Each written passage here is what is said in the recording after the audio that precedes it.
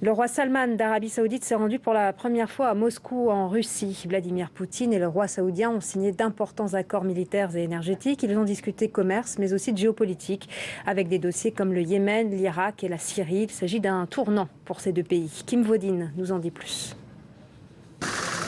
Armement, pétrochimie, mise en place d'un fonds commun de plus d'1 milliard de dollars pour investir dans des projets énergétiques. Les accords commerciaux à signer se succèdent pour cette première visite officielle d'un roi saoudien en Russie.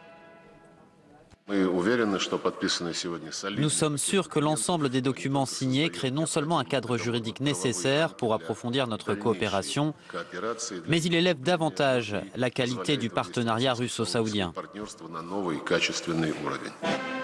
Un rapprochement certain, même si les divergences persistent entre les deux pays, sur de nombreux dossiers comme la Syrie notamment. Alors que la Russie est l'allié indéfectible de Bachar al-Assad, l'Arabie saoudite soutient, elle, l'opposition syrienne. Ce jeudi, depuis Moscou, les deux dirigeants ont néanmoins souligné la nécessité d'œuvrer pour la paix. Nous travaillons à résoudre la crise syrienne pour trouver une solution politique qui garantirait la sécurité et la stabilité, ainsi que l'intégrité du territoire syrien. Pour certains spécialistes, outre les partenariats économiques, l'enjeu de ce rapprochement est ailleurs pour l'Arabie saoudite. Et notamment dans la place à prendre dans la région, avec la reconstruction de la Syrie, prochain grand chantier du Moyen-Orient.